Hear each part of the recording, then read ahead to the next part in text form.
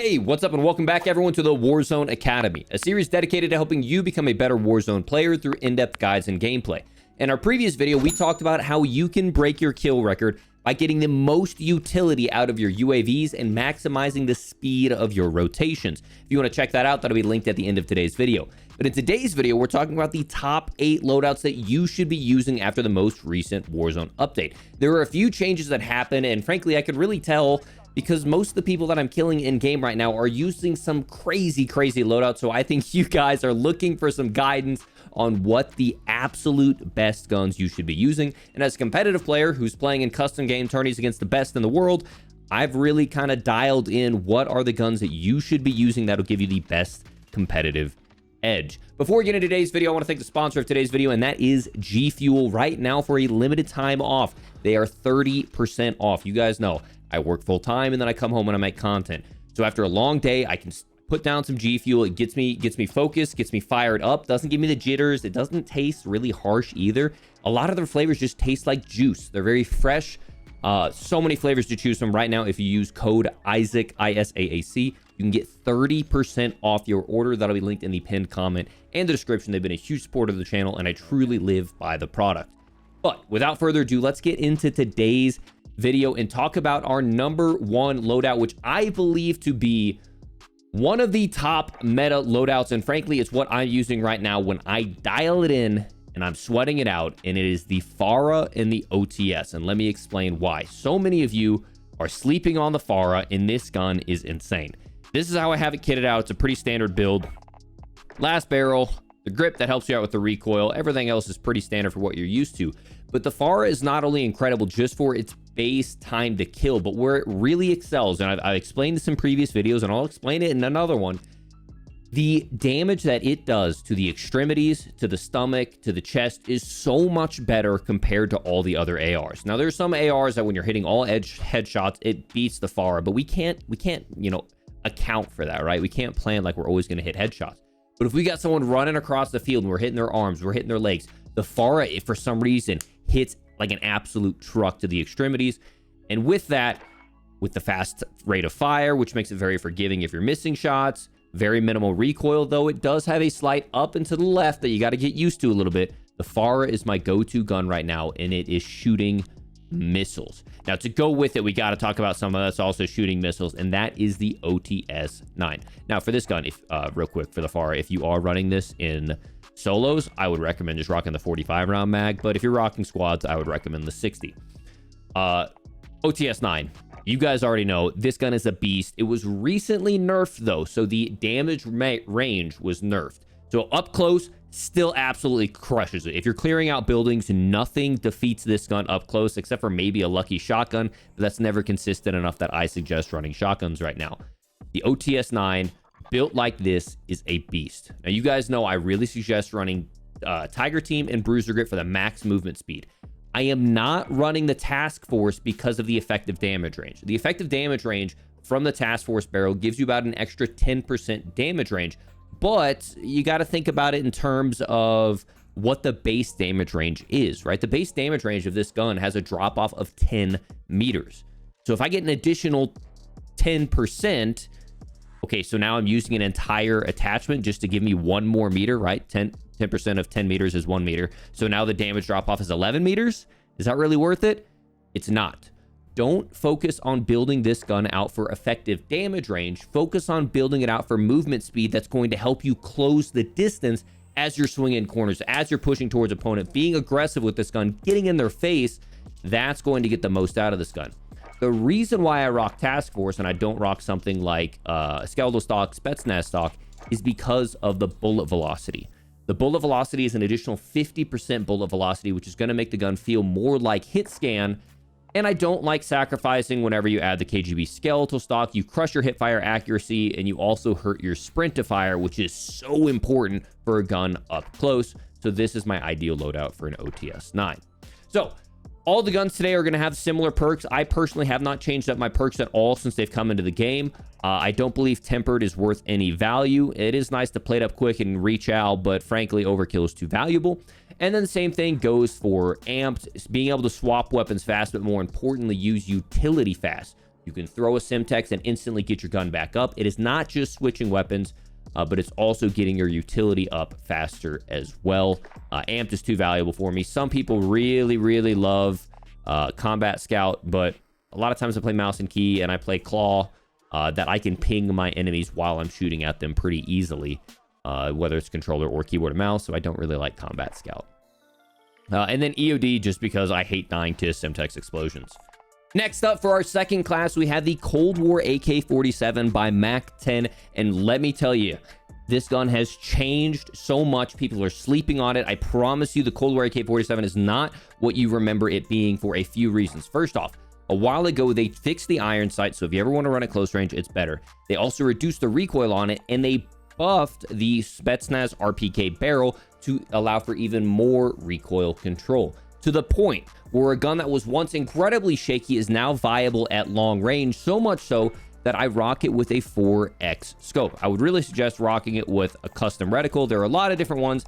I use the measured reticle, which is available through a purchase of, I believe, a Milano blueprint. Very tiny sight picture. It doesn't obscure it like a lot of their other ones or cause a lot of visual blur.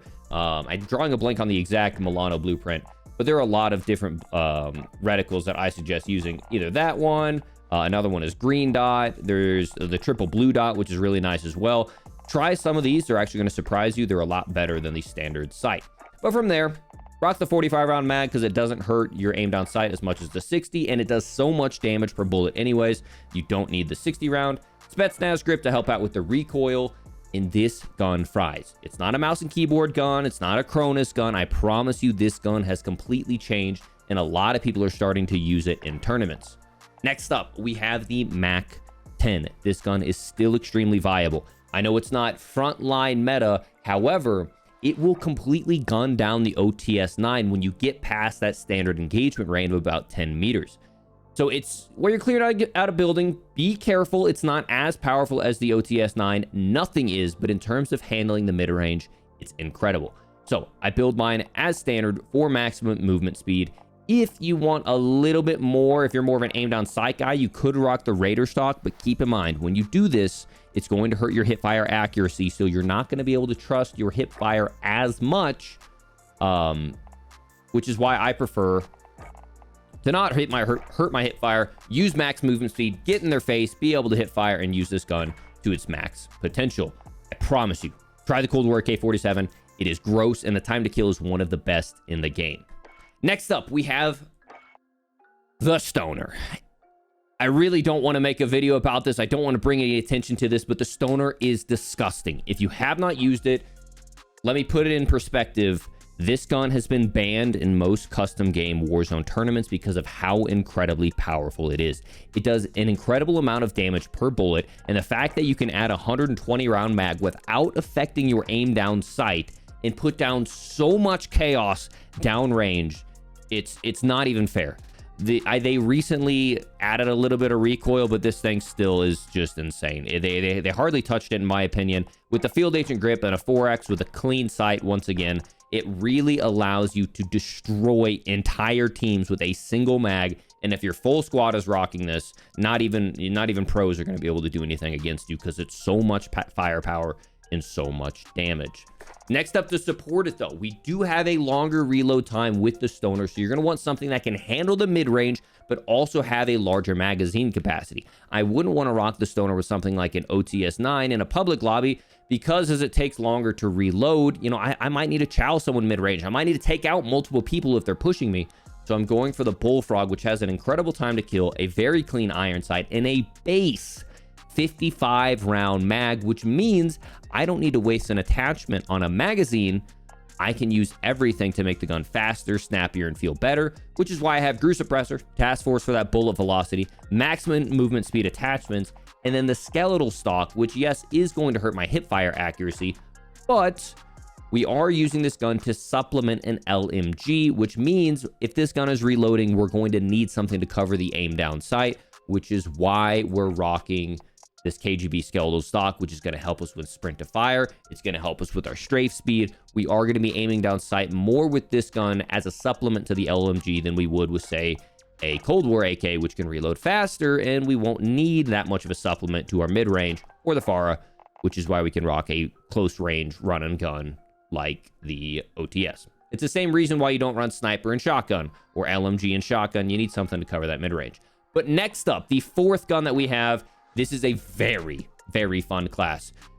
Guys, I gotta say it. Stop using the Kar 98. Stop using the Tundra. Stop using the HDR. Right now, until this gun is nerfed, you have to rock the Swiss.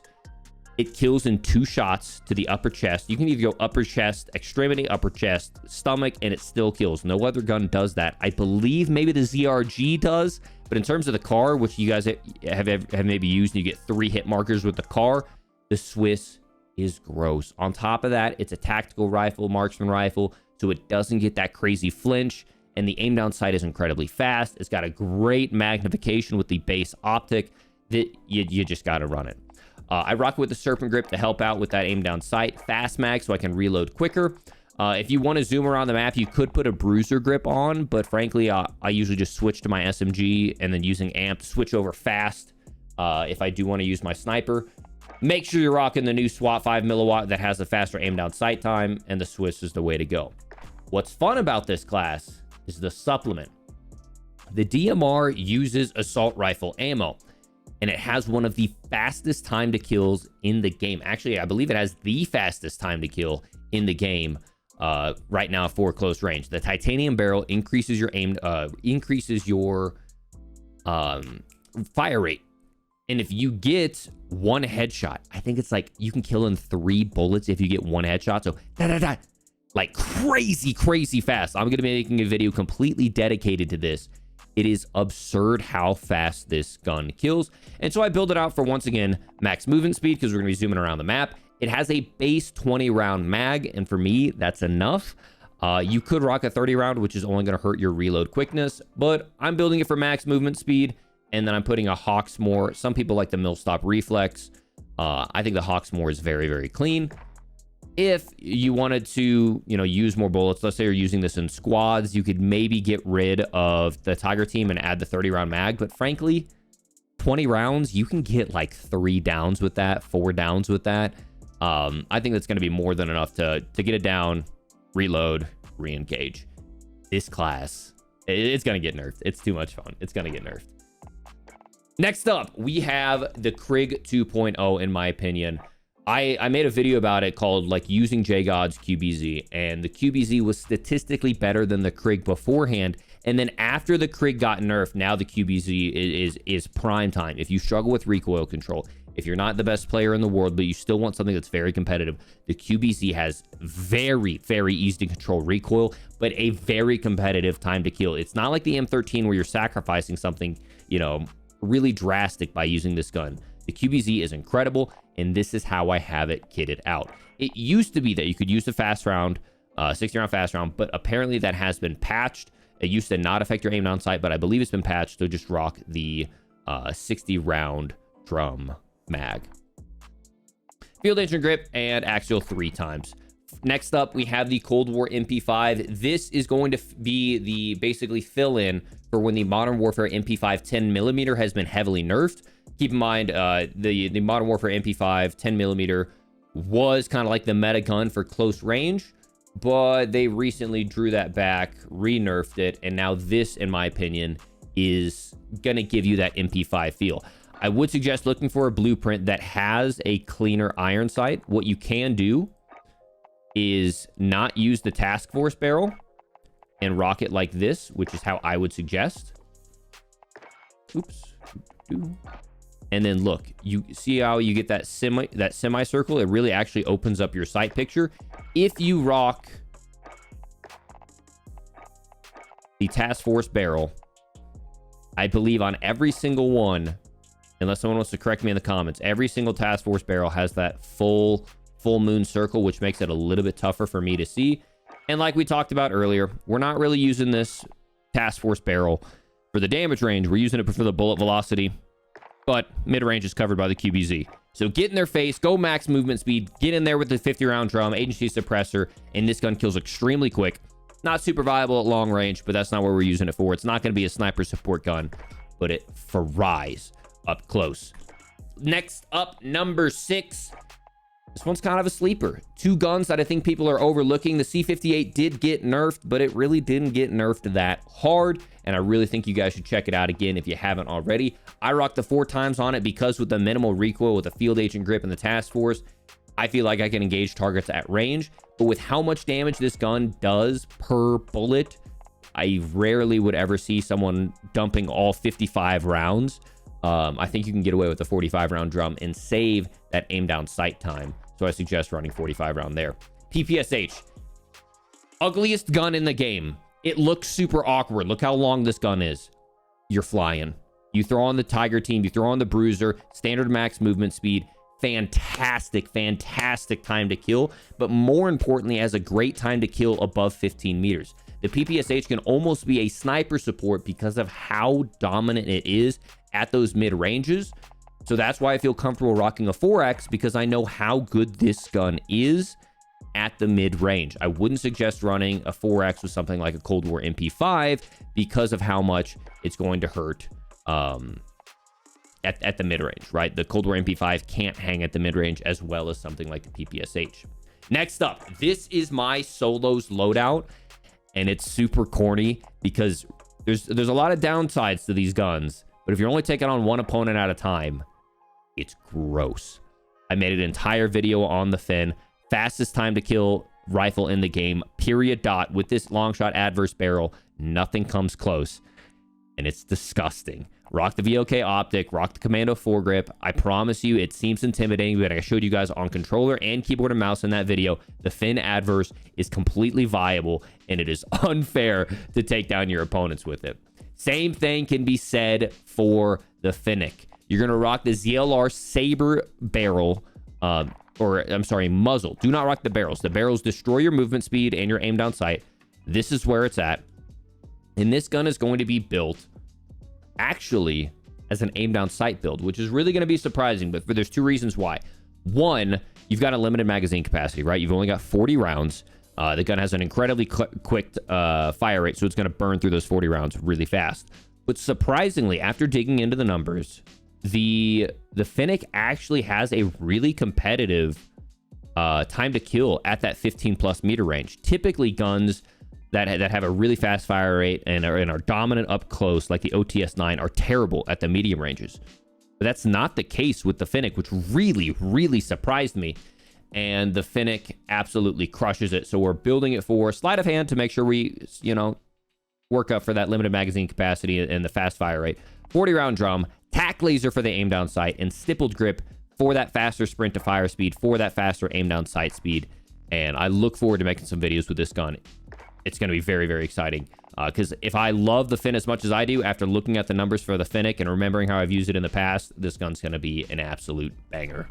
Last one, number 8. This is a clutch loadout to have in your arsenal, and it is a fully loaded class. Now, the Amax isn't as powerful as it used to be, but it is still extremely quick with the time to kill, especially now that we're starting to bring other meta ARs down. The only thing is we're not rocking a commando foregrip on this, we're rocking fully loaded. So if you're engaging targets at very long ranges, try to find opportunities to mount up, or if you're a seasoned player, you'll be just fine. There are a lot of pro players that would rock this with a tack laser instead of a commando foregrip to get that faster aim down sight. But then we're using, in my opinion, the best AR for close range. Keep in mind, we're using fully loaded, so we're gonna have 210 rounds of assault rifle. So we want to have something that can complement that. And so we're rocking the FFAR, which has one of the fastest time to kills. It's actually one of the best close range guns you can use, one of the best sniper supports you can use as well. But in my opinion, it's perfect for a fully loaded class because we get that full ammo capacity, building once again for max movement speed. And then the ultralight doesn't hurt your aim down sight, but it gives you about plus 5% strafe speed. So you're moving and zooming a little bit more. You don't need the extra aim down sight penalty, extra hip fire penalty from something like a task force, because we don't need that damage range or bullet velocity because we have the Amax to supplement. This is my go-to fully loaded class. From there, a couple bonus things. As you can see, I've got ghost classes as well. I always have a backup ghost class and a backup SMG class ghost.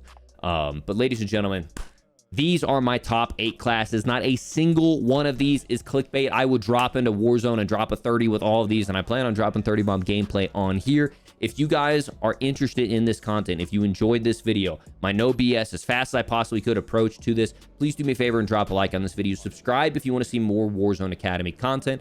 And a couple big things coming up. First off, thank you again to G Fuel for sponsoring this video. It is 30% off, linked in the pinned comment in bio. Next up, next week on the 17th, we are doing the first ever Warzone Academy, first ever community merch drop. We got 2 shirts, we got a hoodie, we got a windbreaker, we got a mouse pad, we got a dad hat, we got some more stuff in there. It's going to be awesome. Keep an eye out for that. Follow me on my socials if you want to know more. And then we are full gunning back, as you've seen, all the Academy content. I'm going to start combining a lot of these videos and starting to really dive back into the tactics and the how-to of the Academy content. Not just the what to use, but the how we're using these guns to drop 30 bombs, 40 bombs, etc. to make you the best player you can be. Ladies and gents, hope you enjoyed this video. If you want to catch more, make sure to subscribe. I will see you all on the next one, both here and on Twitch. Peace.